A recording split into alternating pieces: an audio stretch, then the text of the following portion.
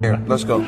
All right, I got my top 10. One, I didn't put Buffalo on this fucking list. Is this the first time you ever put it on the list, bro? Welcome back, YouTube. This is KJ Blackcase. In today's video topic, I have a very interesting article that I want to read with you today. Is this the best city in America for dating? And not only having come from this place like 2 weeks ago, I think that I can offer you guys a very unique perspective that not only entertains you, but also offers you guys some key pieces of game that I wish I would have known from the start. So with that said, let's just get right to it. This is America's best city for singles. A lot of hot women here, says Alex Mitchell. So already offhand, we're starting off with hot takes. I was born and raised in Buffalo for 24 years. And on top of that, I'm well-traveled domestically. I've been all around the whole US. And one thing I can tell you is that Buffalo does not have hot women like that. Let's just get that straight off rip. With Buffalo, one of the biggest things you run across is that there's not a lot of diversity. When there's not a lot of diversity, people start copying each other's styles. You'll go down to the main party street, like a Chippewa, for example, and every shorty there will be dressed the same. They got ripped jeans on,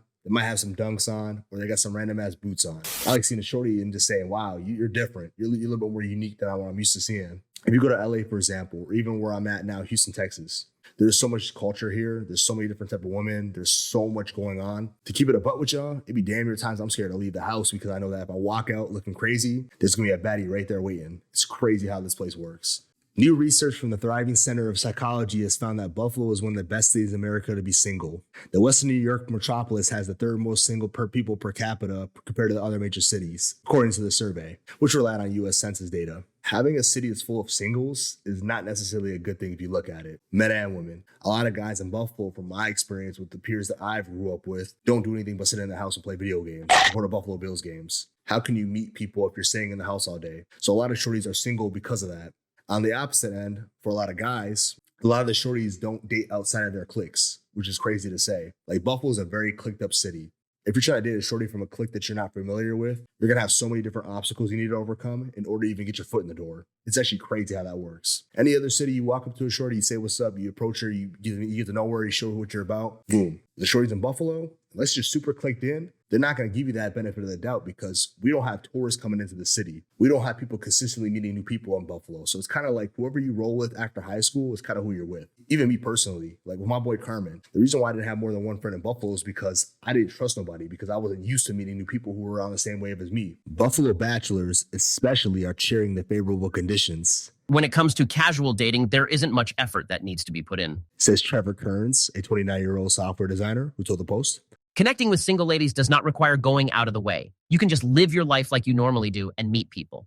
Shout out to that dude because he made an interesting point. With Buffalo, you don't have to have much besides some sort of motion in your life. So if you're on dating apps and you're okay with dating just average girls and you have a degree or some sort of motion in your life, you can kill the dating scene by just going on dating apps because the dating apps have all the kind of women that would want to be even open in dating. Like, approaching is just very pointless in Buffalo. Approaching a shorty in Buffalo makes no sense. So with Tinder, you could find most girls in Buffalo on Tinder. So you go on there, start swiping, more than likely you're going to find the girl that you want just because she's most likely on there because there's nothing going on. So there's not a lot of things going on where you're going to naturally meet people unless you go to the gym or you're doing things like that.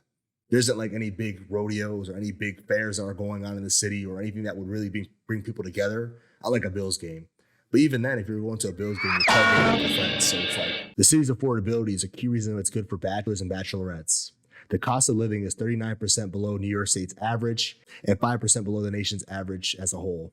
The reason why the cost of living in Buffalo was so low is because there's nothing to fucking do. Thomas Crane, a 24-year-old server at a Jackrabbit bar, popular spot for singles in Buffalo's Elmwood Village neighborhood. There isn't a ton of pressure to settle down. When you compare the average apartment in LA to Buffalo, it's very affordable to live here. And holy moly, nights on the town don't break the bank either. When most of the days here are cloudy or cold as hell, of course the cost of living is going to be cheaper. I can't go to the bar as much, so why would I be breaking my bank when these businesses need us to be there in order for them to make a profit? I much rather spend 2 bands on a weekend in LA than spend $100 in Buffalo, New York for a night.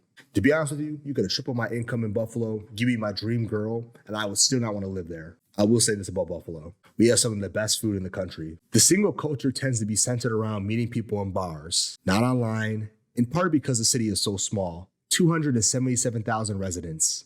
The dating apps don't offer the quantity and anonymity that they do in larger cities. Residents often see familiar faces who they either are close friends with, have been with, gone to school with, whose families have tailgated together at Bills games. 36-year-old musician Aaron Anson says, You don't want to ruin your years-long reputation within 5 minutes. You can bet your bottom dollar. Everybody will know and find out about it very quickly, and there's no coming back from it, mister.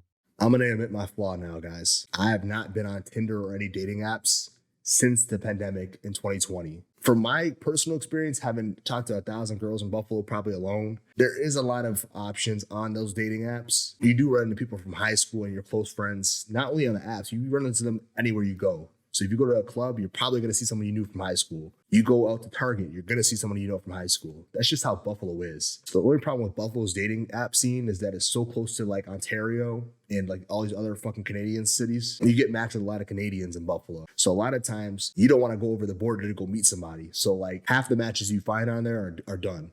Shorty here is definitely pretty, but to most guys, that's a 10 in Buffalo. And to be honest with you, it's hard to argue from what I've seen in Buffalo. So the shorty we just looked at says this about Buffalo. There's a lot of hot women here. There's a lot of babes here. I just feel like with the pool of attractive women compared to a lot of the guys here, it's very skewed. I mean, she's not wrong. There's a lot of broke boys in Buffalo, and there's a lot of fucking goofies. A lot of guys get comfortable there. They don't have any real ambition besides getting out of high school or getting out of college. That's it. That's the end point for them. Once they get that degree and that diploma, it's over. A lot of guys in Buffalo think that when they do bare minimum work, they should get the best results. Because in Buffalo, if you don't try that much, you can still get yourself one. That's just not how it is anywhere else in the world. But just in Buffalo, if you don't do much, you don't hit the gym, you just go to the Buffalo Bills games, you got a couple friends that are friends with girls, you can get you away from just doing that. Anywhere else you move to by yourself, you have to put the work in. So that's pretty much the end of the article. However, the comments here are golden. So I'm going to read over a few. As someone from the Buffalo area, I can assure you that they are single for very good reasons. Are they fun dates? No. I didn't even know guys were taking girls on first dates in Buffalo. Keep it real with you. From the pictures, I see why there are so many single women in Buffalo. No comment. Lots of women drinking, but where are the hot ones? Again, no comment. I live here. It is nothing like stated in the article. Lots of sports goons. And wannabe players. Heavy street crime, poor schools, and crappy service jobs. This being my hometown hurts for me to say, but he's right. I'm going to put up a clip right here from last year. It was around like August time, and I was just walking back from a bar. I seen this giant-ass blood trail going down the street. It's probably like half a mile of blood from this very same spot down to the 7-Eleven nearby. And honestly, to finish off the video, this is my favorite comment. I grew up there. We used to call a pretty woman in Buffalo a tourist. Damn!